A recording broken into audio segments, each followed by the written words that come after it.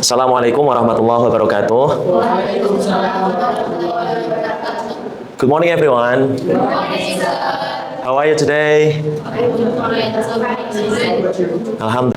All right, let's begin our session or lesson today by reciting Al-Fatihah. We hope everything that we will learn and discuss today will be beneficial and become a meaningful learning for all of us. Ala hadiniyah, biridhoillah, bishafati rasulillah, Al-Fatihah. Okay, all the students here, right? Yes. Okay, good, excellent. So, this week we will have a discussion on our course called World Englishes. It's about the future of world Englishes.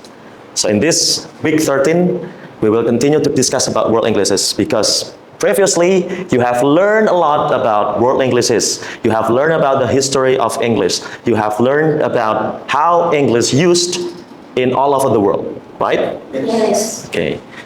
You will learn specifically about how local culture influenced the use of English. And you will evaluate the role of world Englishes in the global order and their impact on local cultures and languages. Because English is used widely all over the world. They will have different kind of structures, they have different kind of functions, and they influenced by culture as well. So they will be slightly different with other English that maybe you are familiar with. But that's the reason why we have to learn world Englishes, because you will know about English that is used in different countries. It's not only about American English, it's not all about British English or Australian English. Do you still remember about our discussion in last week or in several previous weeks about world Englishes? Yes, so we just learned about what English is, how what English is English in other countries is different. It's like in these countries and these countries have their unique accent, have their unique yes. Okay, they have their own characteristics. Yes. Have you ever heard about English used by or spoken by other than British, American, Australian, Canadian? Yes. Yes. Have you ever heard it? Yes. Yeah, because we have learned about several countries that they use English as their second language, right? Okay.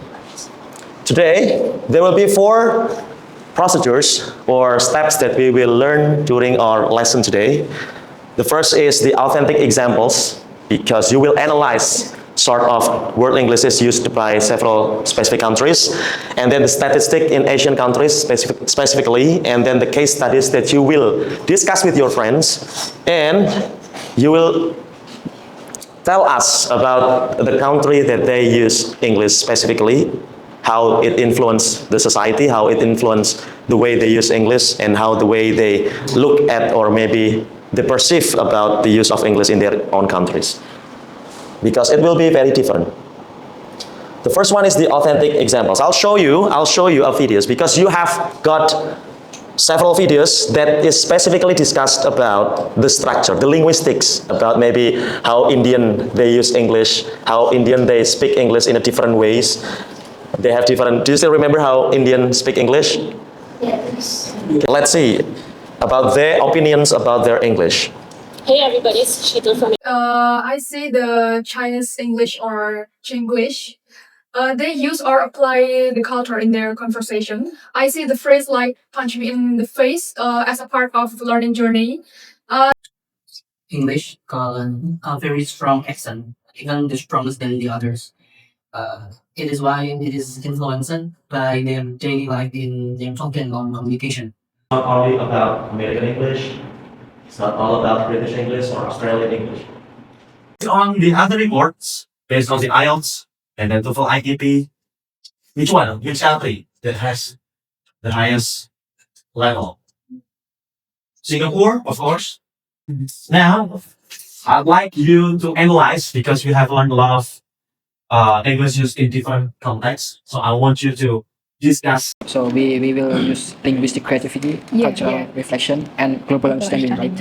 I think we should highlight maybe at some sentence that represent the Chinese English. Singaporean Singlish. Yes. highlight.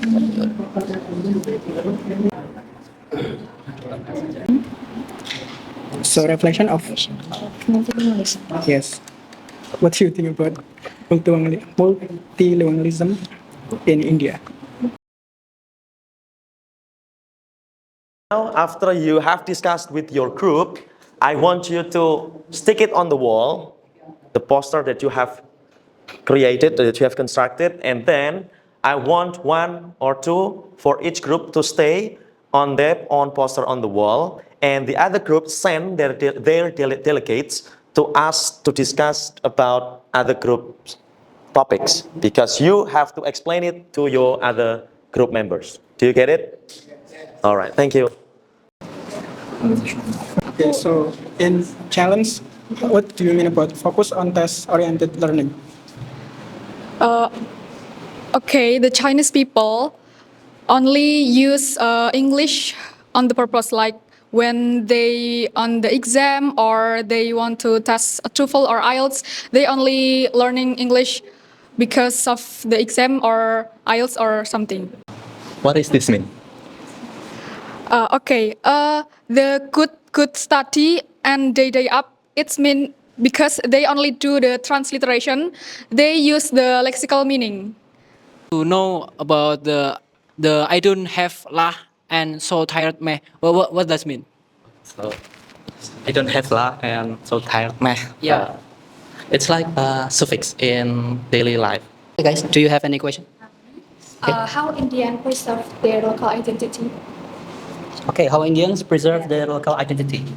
The first one is like voice code switching. Like we need to use English language and local language wisely. Like when we speak in formal meeting or formal event like conference, we need to use English language. But in like in daily life, like ritual or praying, we will use local language like that. Okay, got it. Thank you. Okay. Anyone else? All right, so everyone, you have done very well. There are some posters explaining about the future of world English is, how English used in different or various countries like Singapore, China, and India, how they have the unique characteristic and functions towards their own society. Now I have questions to all of you to reflect to what you have learned before, because you have learned in several previous meetings about how English is used, specifically the linguistic features, how they pronounce English in their own accent, how they write English based on their own local languages. And now today, you try to know more about the future and how English is used in those three countries in Asian context. Now, what do you think about the use of world Englishes in those three countries if we think about education or professional settings? Anyone wants to answer? Maybe in the educational context first. So we think Indian local English bridge the way to apply English that is easily to understood globally. I want to add more. Yeah, I think the way how local India English it can be used to give many people or many children to have education inclusively. Okay, however, it's essential to the students also learn about how the students learn English to maybe to pass the exam like IELTS, TOEFL or something. So we are in the end of our lesson today. Please reflect to what we have learned before. And if you have any questions, please feel free to ask me. Anyone? Okay, great. Mas Ahmad. I want to ask, should we learn the local English or better we learn the real English, like the global English? Okay, great question. Thank you for the question from Mas Ahmad. So the reasons why we have this course or learn world English is to know that you have different perspective or point of view. Why? Because native speakerism was spreaded all over the world. If you are not native speaker, then you are not have any right or authority to teach English. A lot of people think about it. A lot of people, they thought about those kind of strong statement, right? So the one that has the authority to teach English is only native speaker. Do you agree or not? Native speaker is the only people or person that is the right to teach English. Yeah, of course not, because that's why we have this course in World English. It's like you has the education to be a prospective English teachers. Native speaker, if they do not learn about how the grammar works in English, how the right pronunciation, the right structure, they are not allowed to teach English, although they are native speakers. So that's why World English is gave a different perspective or point of view that not native speaker is not everything. Because if they do not have any competence or they do not have any ability or skills in teaching English, so they have no right to teach English. Maybe for conversation, for speaking practice, fine. But for teaching English as a whole activities, as a professional, they have no authority or right. Do you get it? So if you ask me about which one is better, I mean like the global considered English or the local varieties English, they are all beneficial. They are all important because local varieties of English, like Hinglish, Singlish, Chinglish, they help people to understand easily from their own language to the global English. Do you get it? Okay. So I think it's enough for today. Thank you so much for coming. Thank you for involving in our learning activity. Let's close our class today by reciting Hamdalah all together.